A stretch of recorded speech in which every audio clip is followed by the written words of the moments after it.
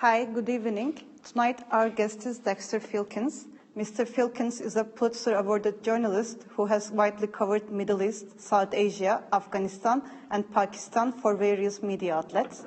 He also wrote several articles on Turkish politics. His book, The Forever War, won the 2008 National Book Critics Circle Award, and he is currently a staff writer for New Yorker. Tonight we will discuss Mr. Filkins' latest New Yorker article titled Turkey's 30-year coup. Mr. Filkins is based in New York, so we will do the interview through Skype. Hi, Mr. Filkins. Hello. Do you hear me?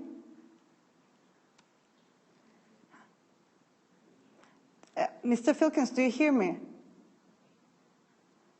I think there's a, okay, we can't hear. I think there is a connection problem in Skype. So we will try to fix it as soon as possible. Okay, I think we can't hear Mr. Filkins and he can't hear us back.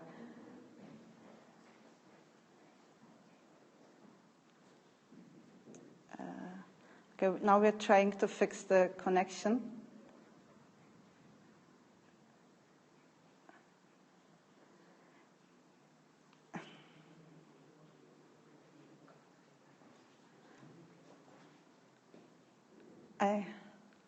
Okay, I think we will try to recall Mr. Filkins because we had a problem in our connection.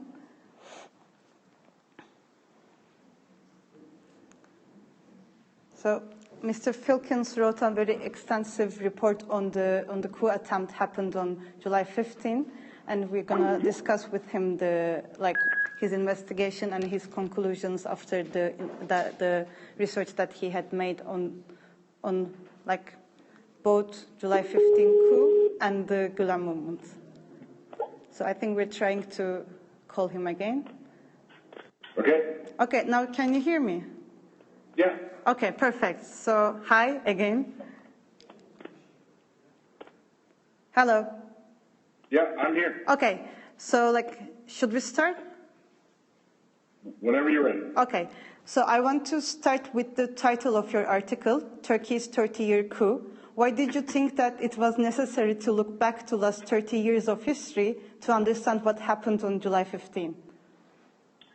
Well, I don't get to write the headlines for my pieces, unfortunately, but I thought that was a good headline, right? Because I think, one of the things that I learned, and this isn't, it's not the first time I've written about Gulen, and it's not the first time I've written about Turkey, but one of the things that I learned is that the Gulen movement it's been in the works for a long time, and what I think, what appears to be their pretty sophisticated effort to infiltrate the Turkish state, that began a long time ago, and I think we wanted to communicate to our readers that, particularly for a Western audience, the attempted coup that happened on July 15th was a kind of one-day affair. Some people tried to take over the government, and that was the end of it. They failed. But in fact, and this is what we are trying to show, I think, or try to suggest to people, was that this was a story or an event that was many, many years in the making. So, you wrote a very long and comprehensive report on the coup. Now, after having done this research and talking to various actors, how would you describe what happened on the night of July 15? Well, I think there's still a lot of things that are unclear about what happened on July 15th. And there's a lot of things which, are contradictory, and there's a lot of questions that are answered. But because I don't believe it's a kind of open and shut, black and white case. There's too many strange and unanswered questions about it. But it looks like, for sure, that there were a lot of followers of Fethullah Gulen who were involved in the coup. And it looks as though, based on the research that I did, that that this is something, not the coup itself, but taking over the Turkish state was something that they have been talking about and preparing for a long time. So I'm not exactly sure. I'm not exactly sure what happened on July 15th. I'm not sure exactly what happened, but I think that what I suggested in my story was that, you know, the Turkish government had figured out that there were hundreds of Gulen followers inside the military, and they were preparing to take action against them. And so the idea that the coup d'état was attempted to basically stave that off, to prevent that from happening, that makes a lot of sense to me. I'm not 100% sure, but it certainly seems possible and likely. Okay. So I want to ask now about the coverage of the coup attempt in the Western and especially American media. The Western media has mainly focused on the aftermath of the coup and the purge that the government has initiated, and preferred not to discuss in depth what happened during the coup attempt. So, what do you think were the main motivations behind this choice, and did the opposition to Erdogan hinder a comprehensive analysis of the coup? And also, has the Western media's perception about Gülenists has changed? I have to tell you, you're barely coming through now on the microphone. Okay. Do you want me to? I think I can answer that question.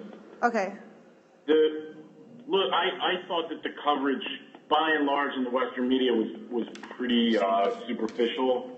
It essentially focused on the events of that day, and then the aftermath. The purges, the arrests, and I think that part of the reason for that is that the Turkish government has been repressive in the past several years. It's been oppressive, particularly against the press and its democratic opposition. It's put people in prison. There are a lot of journalists in prison. They've closed down media outlets, and I think so there was a pattern there. And so when the Turkish government responded to the coup by essentially doing more of the same, I think it was easy to see that as just that, as more of the same, that critics are being arrested because they're inconvenient, not because they're necessarily criminals.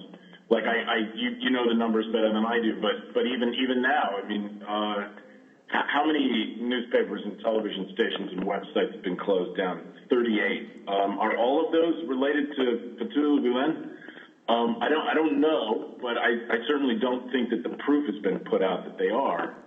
So I think that in the Western media there was a focus on that, on the coup itself and what came after, but there was not enough focus on what came before, which I think is what's really crucial here to kind of understand what happened. And that's where the bulk of my piece is about events that happened before July 15th, not really afterwards. And do you think the perception about the Gülen movement has changed after the coup, or it's more or less the same? That's a really good question. I think it's fair to say that there's a lot of skepticism about the explanation that the Turkish government has offered. There's a lot of skepticism about it for the reasons I just said, essentially, that people in the United States, by and large, don't trust President Erdogan because they see him as somebody who, in the past, has not tolerated any kind of criticism very well, even the members of his own opposition in the country. And so there's a lot of skepticism, and I think there's a feeling that the coup attempt was convenient almost for him because it allowed him essentially to crush whatever remained of his opposition. And so I think that the truth is, in the United States, most people don't know very much about Fethullah Gulen, but they feel like they do know a lot about President Erdogan. Okay. So, and in your article, we see a multidimensional description of the Gülen movement. On the one hand, you talk about their school, business networks, etc. But on the other hand, unlike many articles written on the movement in the Western media, you also describe their goal to capture the state and the trials, the political trials they were involved in. They are more like political activities. And based on one of your sources' words, you say that the movement has a dual structure. So after your research, how would you describe this dual structure? How do you think that the structure of the Gülen movement operates? Zainab, I'm sorry, I can't hear you. Okay, I just told that can you hear me now? Not very well, but go ahead. Okay, so based on one of your sources' words, you say that the Gülen movement has a dual structure. Yes. Right? Okay, and how would you describe the components of this dual structure, and how do you think this dual structure operates? Well, I only know what people told me, and I think I had no idea about any of that when I started to work on the story. And then it took me a long time, but I found some former members of the movement who were willing to talk, and I think, for somebody like me, it's a luxury. I work for a magazine that has a lot of resources, and so whereas, if you're working for a television station or a website, and you're always going 100 miles an hour, you sit down and talk to somebody for 5 minutes, and then you move on. And I talked to some of these former Gülenists for hours. And when you sit with people like that, they start to open up, and they tell you a lot of details. And so what the story that emerged from my discussions was this, the Gülen movement has a public face, which a public part of it is public, and we've all seen that. That's the schools and the service, and their business activities and all that, and Gülen's sermons and all that, and all that's pretty positive, And again, on the surface, they say we have no interest in politics. We don't want to mix politics and religion. Gülen himself told me that, and when I met him, but in fact, apparently there is a secret part of this organization, which is, completely at odds with the public part, where the entire strategy is and has been for the past at least 30 years to take over the state. And so there's a lot of energy spent, basically maintaining this dual structure, and kind of hiding and keeping secret their real agenda. And I don't think there's anything like this in the world. I've never seen anything like it. This is like one of the strangest stories I've ever covered. It's essentially how a very cult-like, secretive religious order infiltrated a modern state and tried to take it over. You can't make that up. It sounds like a science fiction movie. So you know that Gülen movement and also the coup attempt of July 15 were perceived by many in Turkey as an American conspiracy. How would you elaborate on the link between Gülen movement and the USA intelligence community? Do you think these allegations are unfounded? What's your take on this subject? Well, look, anybody can make allegations and draw, conclusions and make up conspiracies. But I try to stick to the evidence. And, if the evidence is there, then I'll believe it. I think what's true is what you can prove. And I haven't seen any evidence at all that the intelligence community in the United States was in any way involved in the coup. And I would just say, if there is evidence, I'd like to see it. It's not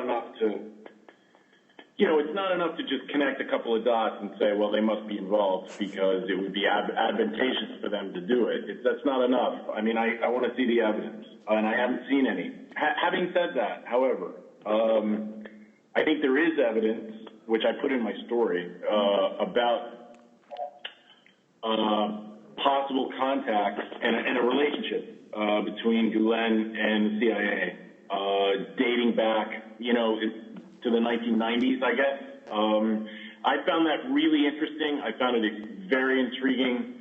I talked to former American officials about this, as well as former Turkish officials, and I think I quoted one of the former head of Turkish military intelligence as saying that he believed that the CIA had a relationship with the Gulen movement, and that the CIA had placed people in Gulen schools in Africa and Central Asia, and that's really amazing. Like, I don't think it proves at all that the CIA was somehow involved in the coup, but it's the allegation that there was a relationship between Gulen and the CIA is absolutely fascinating. There's not really enough there to draw a conclusion about it, or to draw many conclusions about it. But there's enough there to be intrigued and to try to find out what the real truth is. And I want to ask you, what do you think about the purge that came after the coup? And what do you think it will mean for the future of the Gulen movement? Well, I think that these questions, this is a large question, and a question like that, I think is probably better answered it's better understood in the details. And if you look at it broadly, you'd say, well, there was this really mysterious movement that had burrowed its way into the Turkish state, and it has people everywhere. And it looks like they were involved in an attempt to take over the government. And like any government, American, Turkish, whatever, that believe that would react pretty strongly. And they clearly, the Turkish government has reason to be really worried. Erdogan, could have been killed. They could have taken over the government. However, that doesn't justify necessarily, arresting anybody you want to arrest. And I think what's disturbing about the way that the Turkish government has conducted itself since the coup is that it's a state of emergency. So, anybody, the government can pretty much do whatever it wants.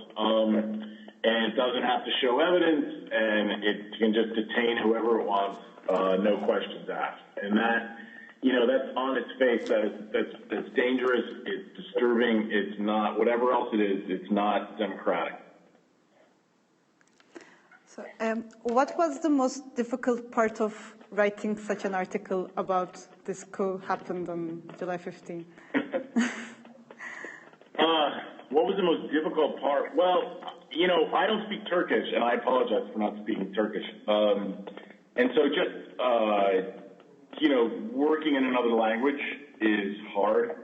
Turkey's a complicated country. I think it's complicated for Turks. It's definitely complicated for Americans, and especially for Americans who don't speak Turkish. And so I just had to be very careful, and I try to be humble about, what I didn't know, because I don't know everything, and I'm not an expert. I don't consider myself an expert on Turkey, and I tried to be really, really careful, but that was the hardest part about it, was the language barrier. Okay. In the last paragraph of your article, you talk about how Fethullah Gülen wants to be remembered, and I quote now, "I wish to die in solitude, with nobody actually becoming aware of my death, and hence nobody conducting my funeral prayer. I wish that nobody remember me," end of quote. Fethullah Gülen said these words during your interview with him on 2014. Why did you prefer to end the article with this quote, and also how do you think these words fit into Gülen's cult of personality?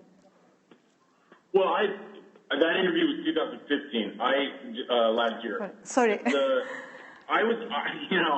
I've never heard anyone, a public figure that I've ever interviewed, ever say anything like that. It's usually quite the opposite, right? I want to be remembered forever and ever by everyone as a great person. And so it was kind of shocking, but he felt it felt to me like, let me back up, because it's hard to know what was going on in that interview, because, Gulen appears, and he did to me, as this very modest person, very humble. He doesn't have any political ambitions. I don't think those things are true. Not after the article that I reported out. I think there was a lot that he wasn't telling me, and there's a lot that I found that contradicted everything that he told me. And so, I feel like, to a certain extent, this kind of modest persona that he had, it was kind of an act. It was theatrical in a way, and so it's hard. So I think, in other words, I think a lot of what he was saying was calculated, for my consumption and for the consumption of my readers. And so I don't know what he meant. I don't. He was trying to portray himself as a very humble and modest person, and I'm not sure I really buy that anymore. But do you think these kinds of words he often utters helps to cultivate his cult of personality? And how do you think it has an effect on his followers? I don't know. It's hard for me to answer that question too, because, I don't know. When I met him, I think I describe him like this in the article. He's not, it's not a very, I didn't find it to be a very overwhelming experience. I found it quite the opposite. I don't know. It was kind of utterly mystifying to me why anyone would find him to be a charismatic leader. He wasn't remotely charismatic, and so it was really hard for me to understand how these people that I talked to in Turkey had devoted years of their lives to him and to his movement. That was completely baffling. And it still is. I do not understand it. And I've had conversations with other people about this. The conversations I've had have been with Westerners and also Turks. And I remember a Turkish person said to me, he's quoted in the interview, former Gulen member, and he said, "This is not something that a non-Muslim would understand. Seeing Gulen, and how emotional he gets in the presence of the prophet and all that." And I don't know. So I really felt on that one, I felt like it was a big mystery, and I still do. I just don't know. Okay. Thank you very much, Mr. Filkins.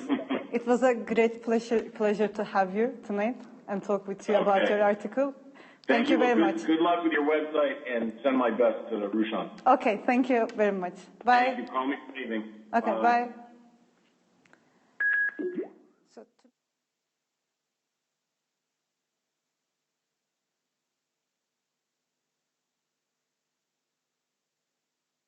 Year Coup. Thank you for listening to us. Have a good night.